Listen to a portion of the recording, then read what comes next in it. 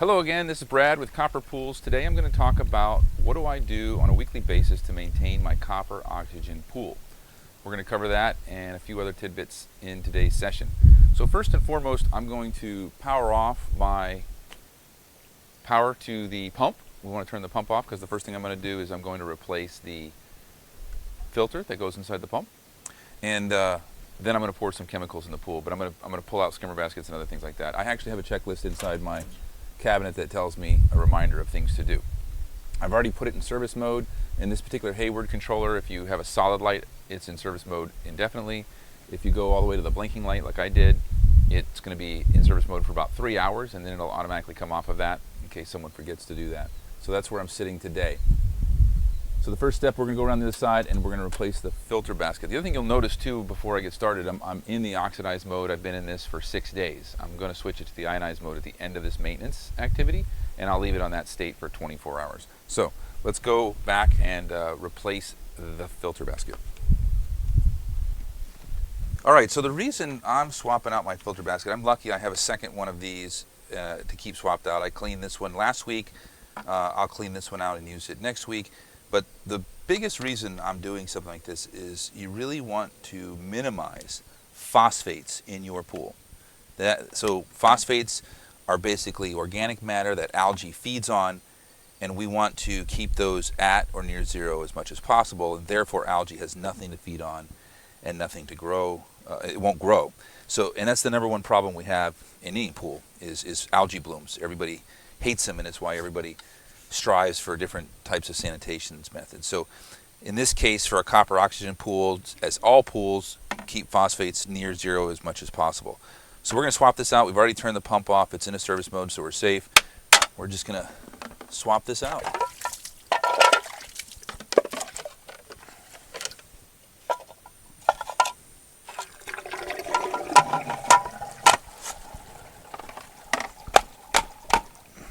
We'll go put this over to clean. You can see not too bad. I've got a little bit of grass in there, but we're going to clean that out with the hose and keep cleaning the rest of the pool.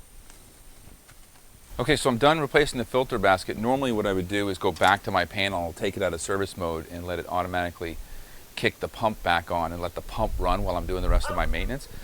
But I'm not going to do that because the pump and the waterfall make a lot of noise and it distracts the video, so we're going to keep that off. But just know in my normal process, I try to leave the pump off a very short period of time, only to replace that filter basket, and then I put it right back on.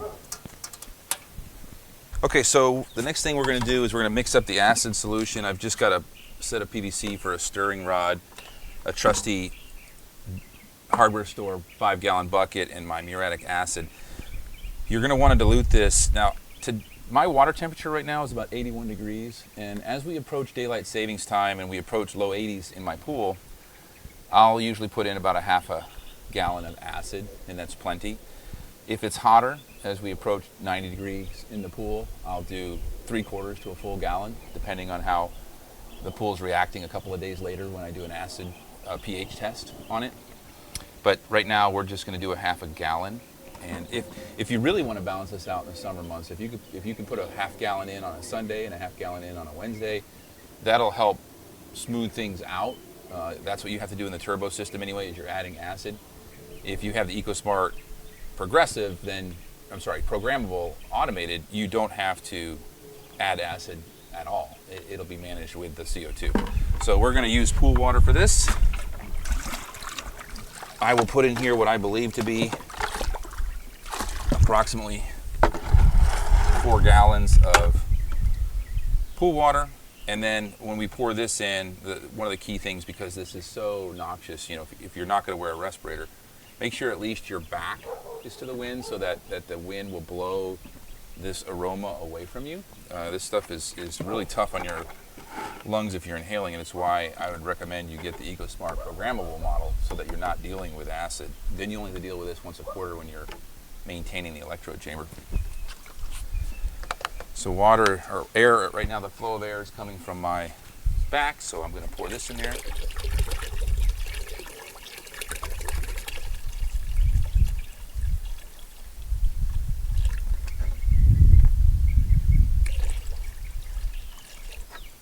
to what I believe is roughly half of the jug. So I have half of the jug left. This is just meant to stir it up, get it all into solution without putting your hand in there. If you have a cut on your hand, like I have one on my knuckle, it's going to sting like mad. And then I would rinse that off so that you're not dealing with that. Any kind of stir rod that's plastic or basically not going to interact with the acid is the best thing to use. So then we're going to pour this in the pool. Now I will typically walk along the edge and do that. So what I'll do is I'll start with that. You'll see some of it going in, and then I'll go off camera, but I'll be pouring it in over a distance.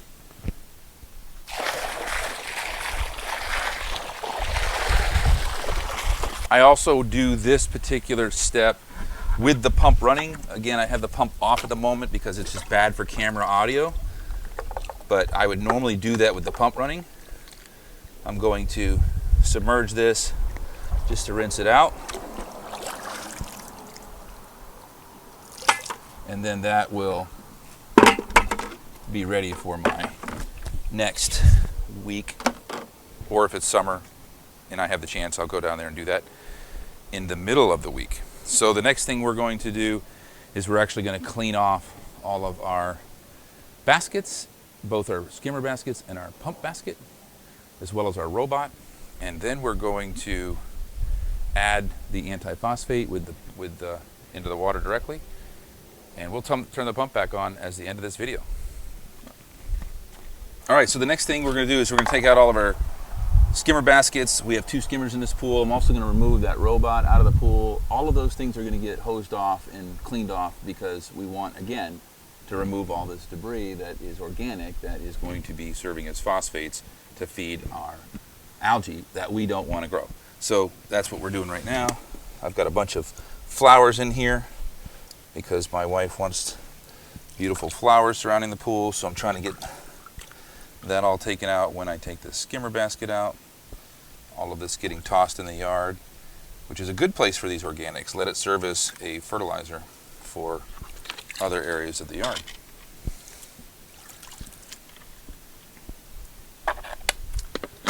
And I'll pull that robot out as well.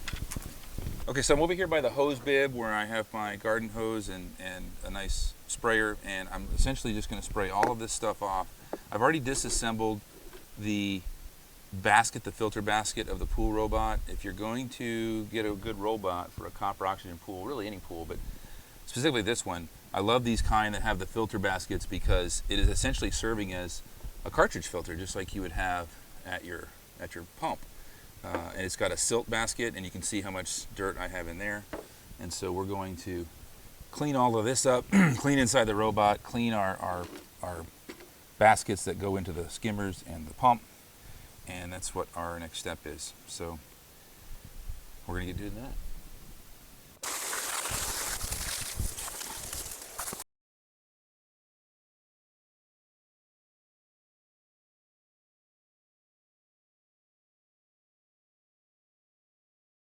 All right, so we're done spraying everything off, and again, the number one reason for doing this step is to get organics out of your pool, because that is phosphates and that is what feeds algae. So whether you do this work yourself or you outsource this work, make sure you specify this in your contract with your pool service provider, that you want all of these things taken out of the pool, sprayed off and cleaned off every week that pool maintainer comes. Most pool maintainers, they'll come and they spend the time taking measurements, dumping chemicals in your pool, and that's not what you need to do with a copper pool. The copper oxygen pool uses very few chemicals, so you want them to focus on this. Now, in this particular model, there's 2 screws that I can take off, and I can get access to the motor, the spinning fan that sucks all the water through this thing. I do that once a month, so I'm not going to do that now. It's not this time of the month to do it. But I would usually take this apart on the 1st of the month, and I would pull those pieces out, have access to that pump spinning fan, clean all that, make sure there's no debris caught up in there, because it is a spinning fan, and you could get grass and other things, leaves caught up in there. So we're going to put all of this back together and put it back in the pool before we put in the final phosphate remover that I want to put in the pool.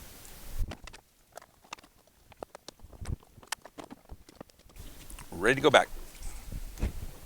So we're gonna put things back into the water right now. The filter pump basket is gonna go into my pool equipment and chemical locker. So that is gonna be in there drying off and wait for me to do this maintenance again next week. And it goes back into the filter pump.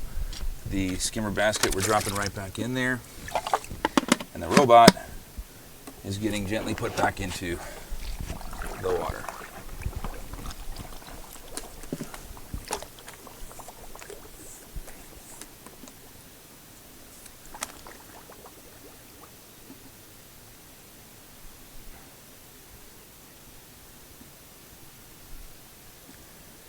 My robot, I have it running every day for 2 hours in a time that is not messing with the filter pump, because the jets that push off the wall could actually push this thing off the wall. So I run my pool robot when the filter pump is off.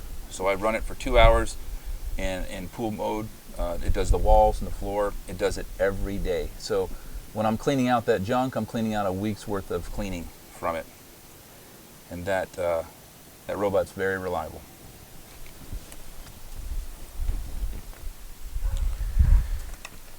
All right, next step in my cleaning process is I'm going to brush off the steps and the wet deck and basically any area that the robot can't get to. So I have a wet deck that's about 6 to 8 inches of water. I have 2 steps down. I have a swim out bench over there. And of course I've got the spa here. Now I could drop the robot in the spa, and I do have a hand vacuum that works really well. But for demonstration purposes, I'm going to just show you that I'm sweeping all of this out to get all of that stuff down to the floor of the pool so that the robot can get to it.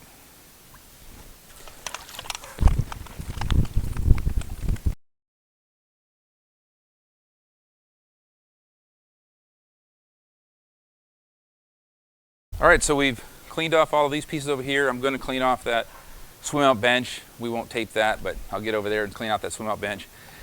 Again, if you are going to outsource this to a pool service provider, make sure that sweeping off benches and steps and walls are a part of that. Your robot should clean off a good portion of your floor and your walls out there in the main body of the water, but this is all going to need to be brushed at least once a week.